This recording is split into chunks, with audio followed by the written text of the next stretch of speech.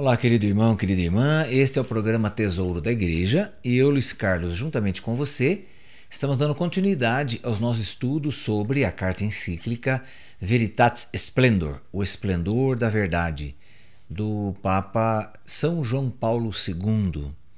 É um documento que fala sobre a moral humana, a moral cristã, a moral divina. Deus trouxe essa moral para os seus filhos, os seus amados, o seu povo todo, enfim. Todo o julgamento de Deus, evidentemente, será por causa desta moral. Então é o nosso regime, vamos dizer assim, regime de vida. Nós estamos no capítulo 3º deste documento, que tem como título Para não se desvirtuar a cruz de Cristo. Está em 1 Coríntios 1, 17.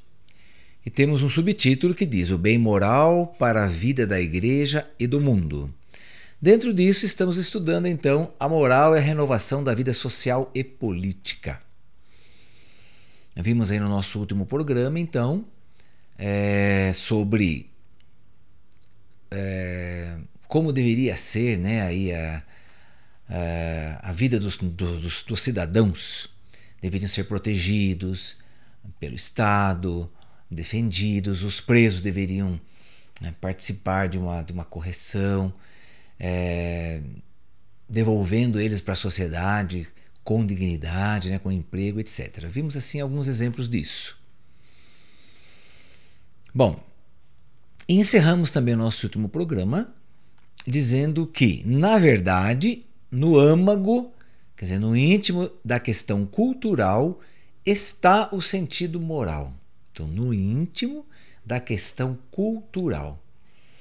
Então, claro, existem no nosso mundo aqui muitas culturas diferentes. Mas, em todas as culturas, existe o sentido moral, quer dizer, do respeito ao outro, do respeito ao próximo, da ajuda, da colaboração, do acolhimento da pessoa. Enfim, isso em todas as culturas se exerce isso, ok? Não precisa ser cristão para saber disso, não é? Então, sempre ajudar o próximo, ajudar a pessoa, faz parte da vida do ser humano, né? Agora, a questão cultural está no sentido moral, então, que por sua vez se fundamenta e se realiza no sentido religioso. É verdade, né? Seja aí, por exemplo, dos índios, né? Os índios, os primeiros habitantes aqui do nosso país. Então, evidentemente que tem a cultura indígena, né? O jeito deles morarem numa comunidade, numa sociedade, viverem em sociedade. Então, respeito um para com o outro, formação de famílias. Então, a esposa, eles não eram, eles eram monogâmicos, né? Então casavam com uma única, se juntavam, melhor dizendo, né? Com uma única esposa, né? Então, quer dizer, a cultura deles. E, claro, sempre como base o sentido religioso, não é? Quer dizer, obedecer sempre no caso os índios aí, ao seu pajé, ao seu chefe, e ele então ditava aí as normas morais que as pessoas deviam seguir, evidentemente. Então, todas as culturas têm essas mesmas ocorrências, não é? No nosso caso, então, vamos ver assim, agora o que a Igreja Católica pensa disso tudo. Só Deus, o bem supremo, então a partir do versículo aqui 99. Só Deus, o bem supremo, constitui a base irremovível e a condição insubstituível da moralidade. Então, Deus, que é o bem supremo, é o Deus verdadeiro, é aquele que se revelou ao ser humano. Porque os deuses aí que os indígenas, por exemplo, acreditavam e ainda acreditam, né? Nas comunidades indígenas, eles acreditam nos deuses deles, né? O Deus Sol, o Deus Chuva, a Lua, o Deus da Floresta. Então eles sempre acreditaram nesses deuses, e esses deuses então eles diziam que falavam com eles, então eles se correspondiam com eles, assim, de alguma forma que eles mesmos sentiam, não é? Já os gregos então, eles criavam deuses para todas as situações. Então eles eram politeístas, quer dizer, muitos e muitos deuses. E assim sucessivamente em todas as culturas existia um deus ou vários deuses conforme aí a crença de cada povo. Agora, na nossa realidade cristã, que nós viemos aí do judaísmo, né, que foram os nossos primeiros pais, então vamos dizer assim, na fé. Então nós sempre acreditamos no Deus único e verdadeiro. Agora, o nosso Deus foi o único que se revelou para as pessoas. Os outros não se revelavam, não falavam com as pessoas. Né? Por exemplo, os gregos, né? Então eles faziam aquelas imagens, né, de Deus, eles criavam aquelas imagens, como os faraós também faziam as imagens de aves, de cobras, etc., que era o Deus da morte, o Deus da vida, enfim. Faziam imagens deles mesmos também, porque eles eram então faraó, tinham que ser adorados como deuses, não é? Já que o rio Nilo também era divino, então faziam aí, tem esse tipo de imagem. Mas esses deuses nunca falaram com eles, nunca se revelaram. Então já o nosso Deus único e verdadeiro é o único que se revelou, porque é o único que existe na verdade. Os outros deuses são criados pelo ser humano, pela mentalidade humana, pela fantasia humana. Então são criados deuses. Agora, o nosso Deus não é criado, não foi um ser humano que criou, foi Deus que escolheu este povo. Ele que escolheu, não é? O próprio Filho diz isto. Não fostes vós que me escolhestes, mas eu vos escolhi a vós. Então nós não criamos. Ele é verdadeiro por causa disso, né? Porque ele é o único Deus e que se fala, se revela, age, fala com os homens, fala com as pessoas. Então esse é o nosso Deus, o bem supremo, é claro. E esse bem supremo, então, que é o nosso Deus, ele constitui a base irremovível, quer dizer, não se move essa base, e a condição insubstituível da moralidade, quer dizer, ele ditou as normas, então. Não foram normas criadas, como é criada numa empresa. Quando você entra, ela tem um estatuto, né, como já vimos. Ou então você vai fundar uma associação. Você, no caso, né, por exemplo, a comunidade Cantate, nós temos o nosso estatuto. Então, o estatuto da comunidade. Então nós criamos o estatuto da comunidade, mas segundo as normas da nossa igreja. Nós não inventamos nada, não criamos nada que está fora da moralidade da Igreja Católica, entende isso? Então, o nosso estatuto da comunidade Cantate tem a base, a moral da Igreja. Então, o respeito com os outros, o amor, o atendimento, a acolhida, fraternidade, quer dizer, considerar o outro irmão, que na verdade nós somos mesmo, e ser obediente aos seus superiores, então aí os sacerdotes e os bispos, evidentemente o Papa. Então, claro, a obediência quanto à lei da igreja, que é a lei de Cristo, tudo isso faz parte da nossa comunidade, do nosso estatuto. Mas, como estava dizendo, cada um pode criar o seu. Então, nós não criamos o nosso, não é? A Igreja Católica não criou a nossa moral, ela já veio de Deus. Deus que colocou os 10 mandamentos para nós. Entende? Ele que apresentou para Moisés, não é? Então é isso aí. E portanto, vai dizer aqui, portanto, dos mandamentos, em particular dos negativos que proíbem, sempre e em todos os casos, o comportamento e os atos incompatíveis com a dignidade pessoal, né, de cada homem. Deste modo, o bem supremo e o bem moral encontram-se na verdade. Então, o bem supremo e o bem moral encontram-se na verdade. Quem que é o bem supremo? Deus. Quem que é o bem moral? Os mandamentos. Eles se encontram na verdade. Que verdade é esta? A verdade de Deus Criador e Redentor. E a verdade do homem criado e redimido por Ele. Qual que é a verdade, então? A verdade é de Deus criador, quer dizer, que criou, e redentor. Criou, perdeu depois a sua criação por causa do pecado original, foi instigado por Satanás, então perdeu toda a criação, não só o ser humano, mas todo o universo ele perdeu.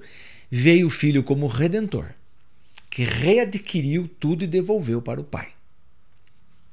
Então, que verdade é essa? A verdade é Deus criador e redentor do gênero humano e do universo todo, e a verdade do homem criado e redimido por ele, que é o que estamos falando aqui.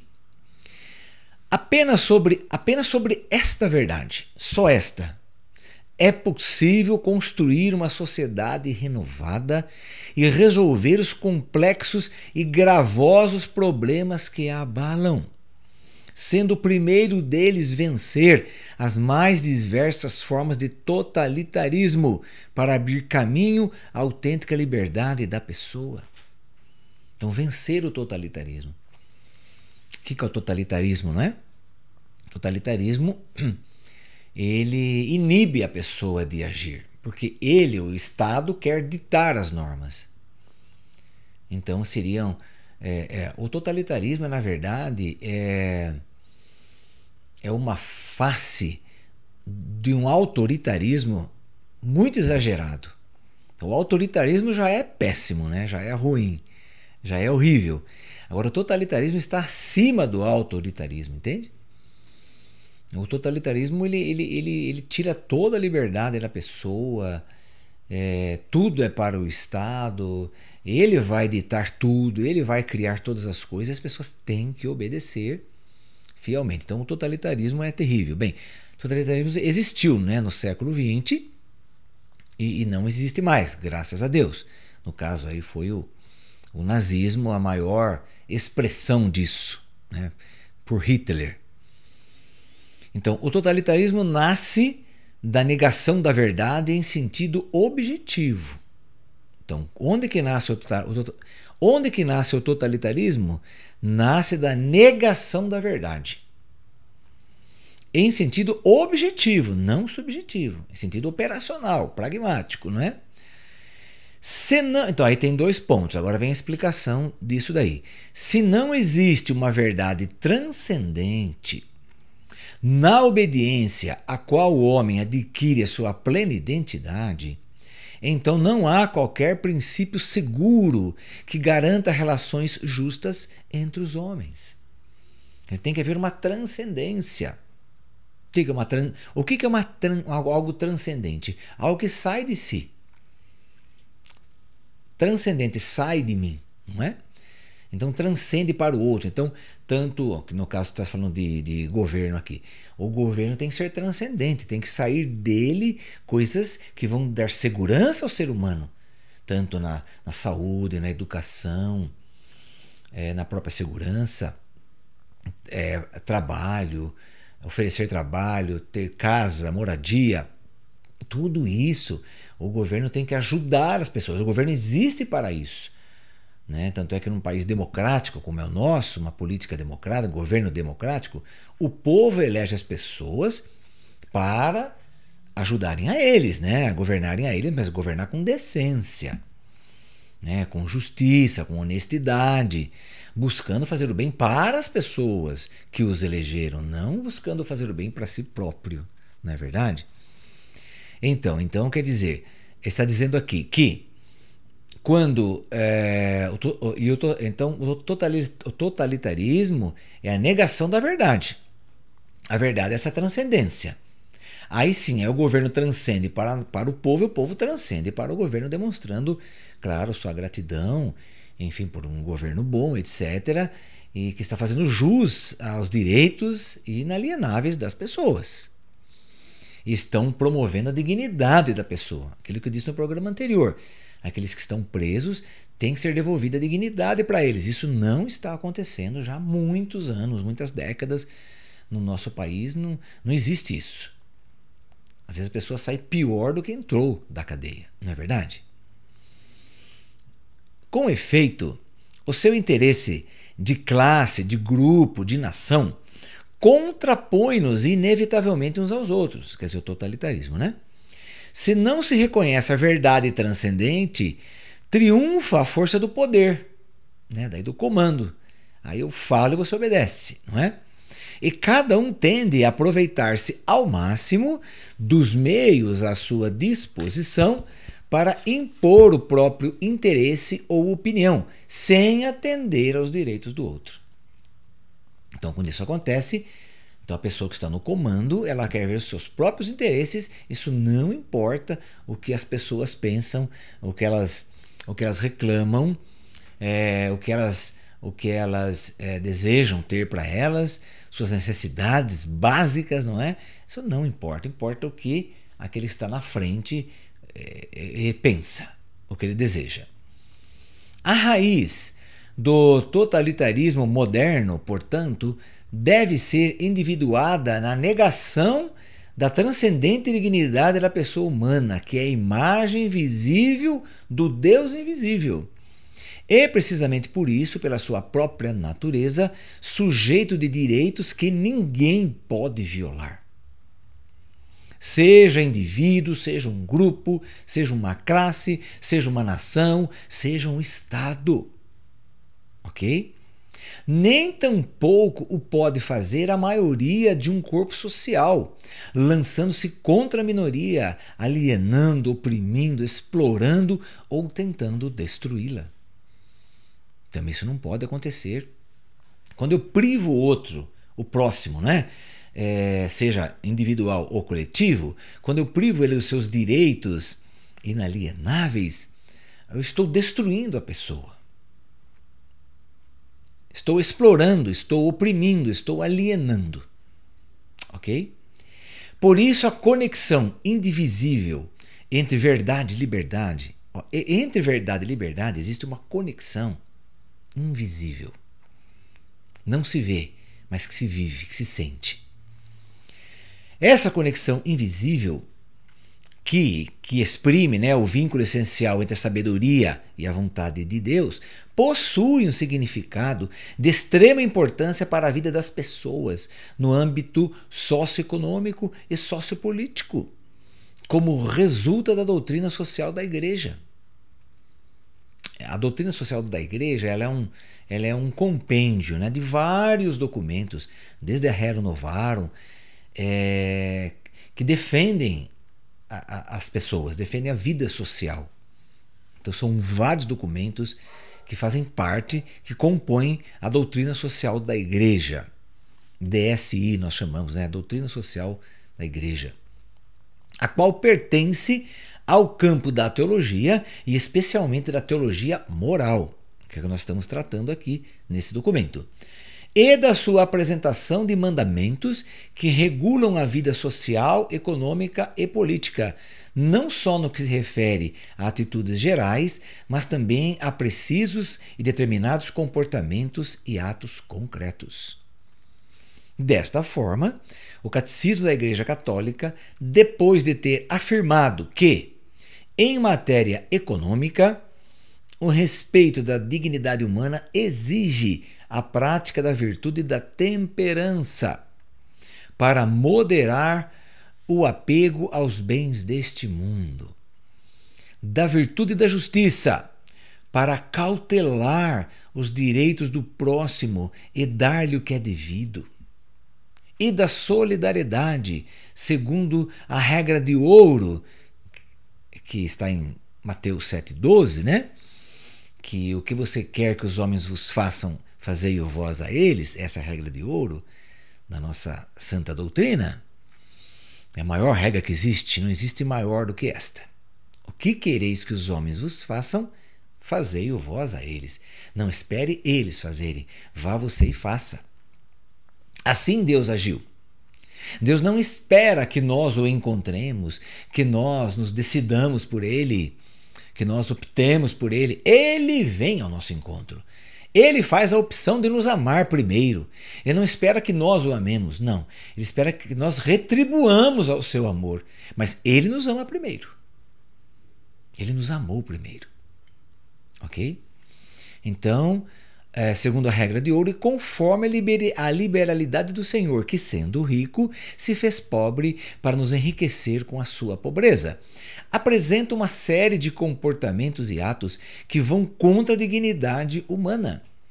Por exemplo, o furto, o reter deliberadamente coisas recebidas por empréstimos ou objetos perdidos, a fraude no comércio, os salários injustos, o aumento dos preços, especulando sobre a ignorância e a necessidade alheia, a apropriação e o uso privado dos bens sociais de uma empresa, os trabalhos mal executados, a fraude fiscal, tem bastante, a falsificação de cheques e faturas, os gastos excessivos, o desperdício, como tem muito também no governo, etc.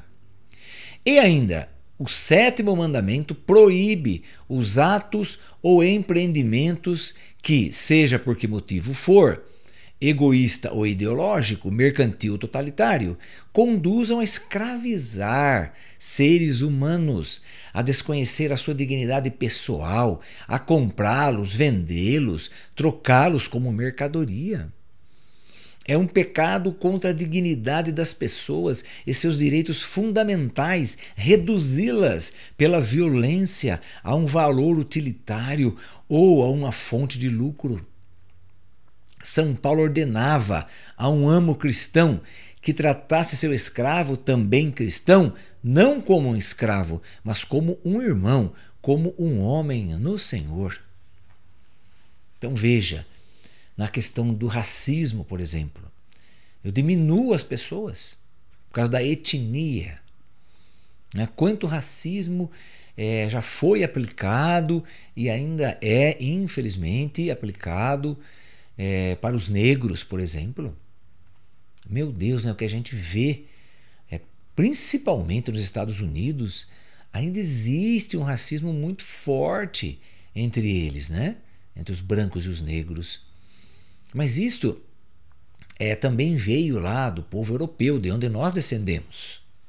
O povo europeu, então toda a raça branca, também quando vinha conquistar aqui quando vieram conquistar a América, trouxeram os negros, claro, todos com mentiras, não é verdade, dizendo que eles iam possuir terras aqui e tudo mais. Quando chega aqui, escravizam eles abaixo de armas e de castigos ferozes, atrozes.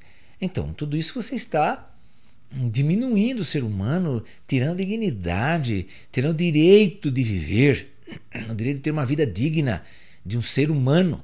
Não importa a cor, não importa a etnia, não importa isso. Claro que não, somos todos iguais. O que muda? Cor de pele? Um é branco, outro é amarelo, outro é negro, outro é vermelho, como os índios. E aí, qual é o problema disso? Deus assim fez todas as pessoas? E todos têm que ser amados e respeitados. Jamais haver aí um racismo, divisão. Isso é uma coisa horrível de acontecer. Infelizmente, existe ainda até os dias de hoje. Infelizmente. Mas aqui está dizendo, é um pecado contra a dignidade das pessoas, seja por violência, por imposição, por humilhação, de que forma for. Eu usar do outro para comprar, vender, matar para tirar os órgãos, vender os órgãos. Meu Deus, que é uma coisa assim impressionante isso. Então, quer dizer, está fora, totalmente fora do que Deus criou, do que Deus quer que nós vivamos. Está dizendo aqui que se nós vivêssemos apenas essas 3 virtudes que foi citada aqui, a temperança para moderar o apego aos bens deste mundo. Então, temperança. Virtude da justiça. Meu Deus, Quer dizer, praticando a justiça é a regra de ouro, Regra de ouro. O que quereis que os homens vos façam, faça você a eles primeiro, não é? E a solidariedade. Sendo rico se fez pobre, Jesus, sendo rico se fez pobre para nos enriquecer com a sua pobreza. Então tá aí, querido irmão, querida irmã, a igreja sempre trazendo para nós a verdade sobre as coisas de Deus e sobre as coisas do homem. É assim este documento. Documento sobre o bem moral para a igreja e para o mundo. Ok? Vamos fazer nossa oração final a Nossa Senhora. Ó Maria, Mãe de Misericórdia, velai sobre todos, para não se desvirtuar a cruz de Cristo, para que o homem não se extravie do caminho do bem, nem perca a consciência do pecado, mas cresça na esperança em Deus rico de misericórdia. Cumpra livremente as boas obras por Ele de antemão preparadas, e toda a sua vida seja assim, para louvor da sua glória. Que o Senhor nos abençoe em nome do Pai, e do Filho, e do Espírito Santo. Amém. E até o nosso próximo programa, se Deus quiser.